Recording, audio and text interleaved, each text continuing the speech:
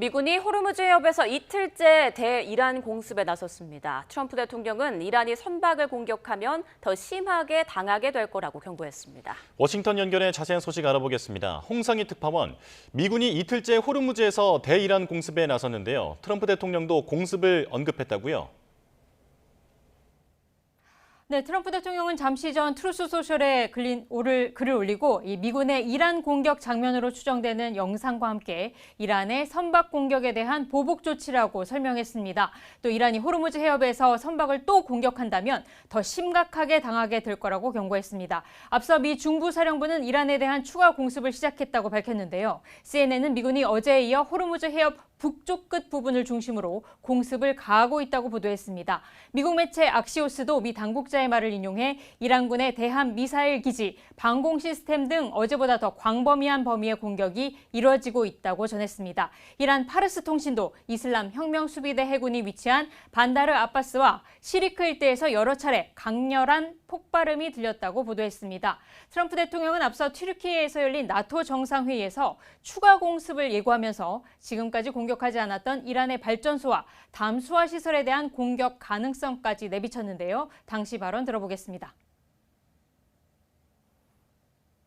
Their electric plants where they make their electricity in there. We will, if we have to, we'll take them out. I don't want to do that, but if we have to, we'll take them out.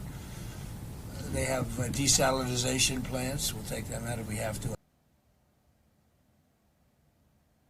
여기에 대이란 해상봉쇄 재개와 이란의 원유 수출 거점이죠. 하르그섬 점령 가능성까지 언급하면서 이란을 거칠게 압박했습니다. 앞서 이란과 체결한 종전 양해각서가 끝난 것 같다면서 이란을 향해 쓰레기, 지긋지긋하다는 표현까지 내뱉었는데요. 다시 이어진 기자회견에서는 이란과 전쟁 재개는 아니라면서 단기 공격으로 빨리 끝내겠다는 뜻을 밝혔습니다. 이 말도 들어보시죠.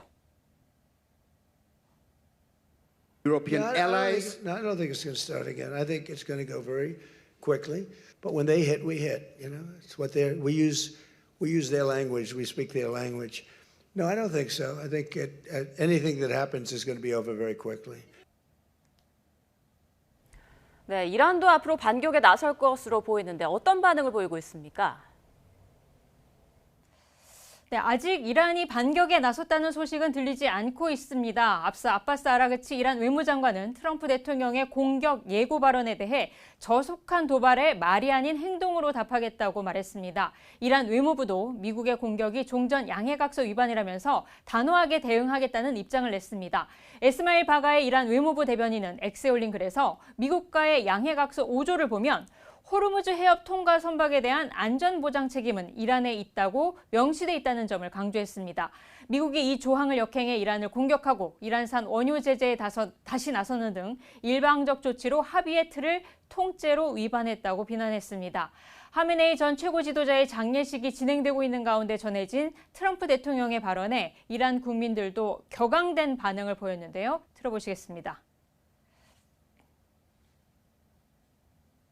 امریکا و در رأس اون رئیس جمهورش ترامپ به هیچ یک از اصول و قواعد بین الملل پایبند نیست قطعا هم انتظار نمیشه داشت که به این یادداشت تفاهم پایبند باشن.